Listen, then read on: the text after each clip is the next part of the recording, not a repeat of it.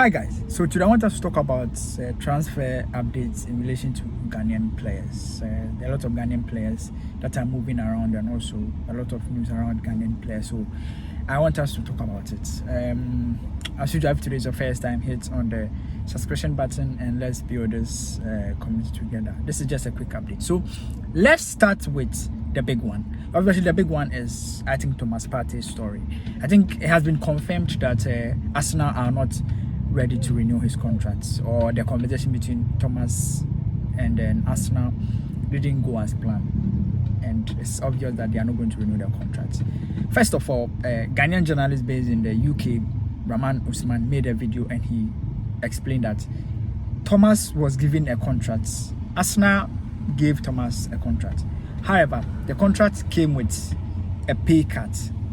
They wanted to extend his contract, yes, but Thomas was expected to take a pay cut, and I think it is purely Arsenal business. For me, this is very unfortunate for Arsenal fans because Thomas has always been one of Arsenal's best midfielders. However, if you look at it from Arsenal's point of view, this is a player that they've signed for 5 years and he has been very active in one complete season. Thomas has played or has started for less than 60% of Arsenal's game. That's like 57 or 56% of Arsenal's game. That means that as Thomas has not really been active in the game that Arsenal have played, and you all know he has been in and out of injury. And for me, that's Arsenal's point. Like, they've signed a player, one of top 3 Enest in the club, but the player is not really active like that. So obviously they will look at it and say, this guy, we've signed him, he's good, but he's not been consistent. What is the guarantee that he'll be consistent? From Thomas' point of view, I think he's been good. He's been an excellent player, but at the end of the day, it's about the club. And also, I think Thomas did not peak at the right time. Maybe if he peaked last season, then there'll be another 1 year in his contract where he would have the chance to also prove to Arsenal again that yes, indeed, he's a good player. But unfortunately, he has peaked at the last stage of his career, or like the last stage of his contract for Arsenal. That's the painful part. Others will also say that if you signed a player and you expect him to be very active, and unfortunately he's not active and he just shows up in the last stage of his contract to perform well, will you give him another contract and double his salary? That's the thing, So Thomas, but at the end of the day, Thomas will always get a club. I think he will get a new club.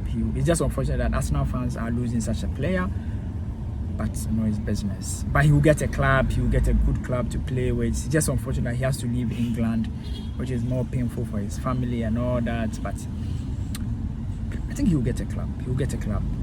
Maybe Barcelona. Maybe he'll go back to Spain or Turkey. At the end of the day, he'll get a club. Let's go to another player, which is Kamaldeen Sulemana. It's been reported that Atalanta has finally confirmed a deal with Southampton for Kamaldeen Sulemana. He's always had the potential. He's not been active, and that has been his problem. He came to Southampton, one of the highest signing for Southampton, but has not been playing. Was not really active in the English Premier League.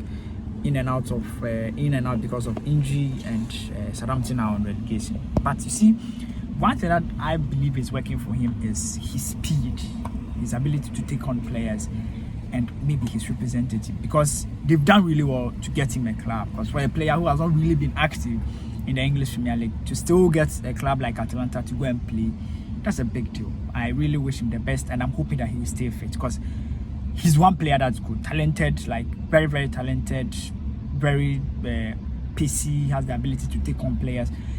His major problem has been his decision making.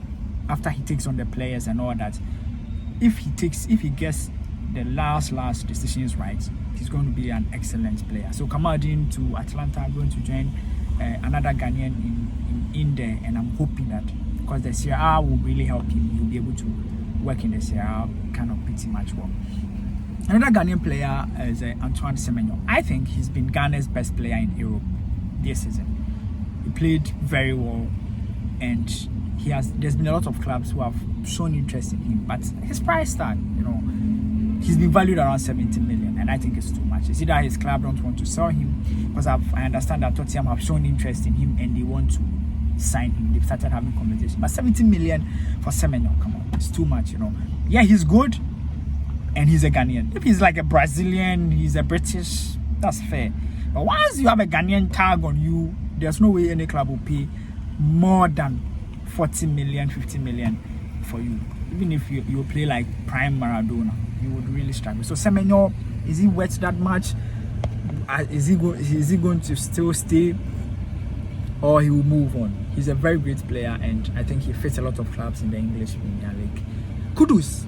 Yeah, Kudus. You know, the fact that Kudus hasn't gotten a club, despite being very, very good and showing a lot of potential, should tell you that Ghanaian players are not really fancied in the transfer window. Because some of the players that are moving around there, Partey, Kudus is very, very better than them. But unfortunately, Kudus is not really getting a club. I understand West Ham offered him to Chelsea.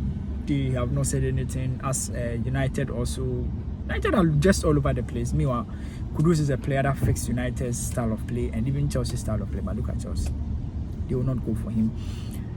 I think that's that. These are the little things that Ghanaian players go through. Another one that we need to talk about is Enest Nuamah. Enest Nuamah's club, as of now, has been relegated to the League 2, which is very painful, because he's a player that before the season end, he was offered to Fulham, and the contract didn't go as planned, so he didn't really move.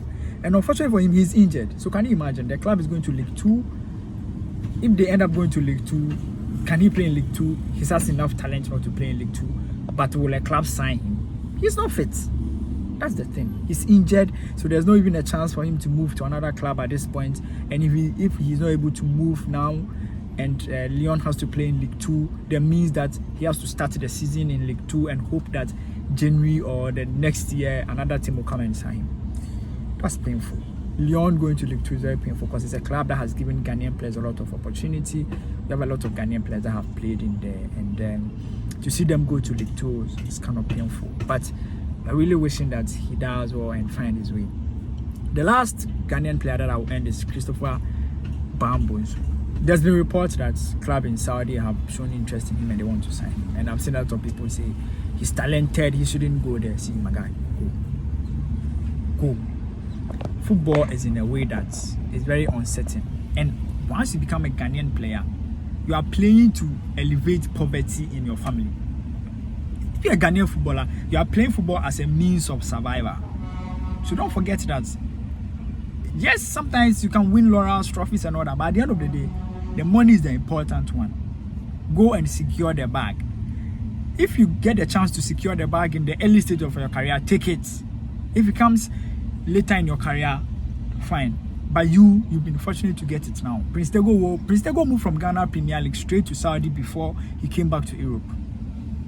And he will always tell you that helped him, because he was able to secure the bag earlier in his career. Christopher, go and take it. Go and play in the Saudi League, whatever it is. At the end of the day, money is the reason why you are playing football. That's my opinion. Because Thomas spent too much time in Atletico, played his best football there. They didn't even pay him well. He came to Arsenal. Arsenal paid him well, but he was not even active for Arsenal. So that's my quick updates so far as the transfer is concerned. Other players are moving around. Let me know the players what you think in the comment section. If you have any transfer update too, hit it in the comment section and let's get engaged. My name is Delali Frank. Until we meet again, bye bye for now.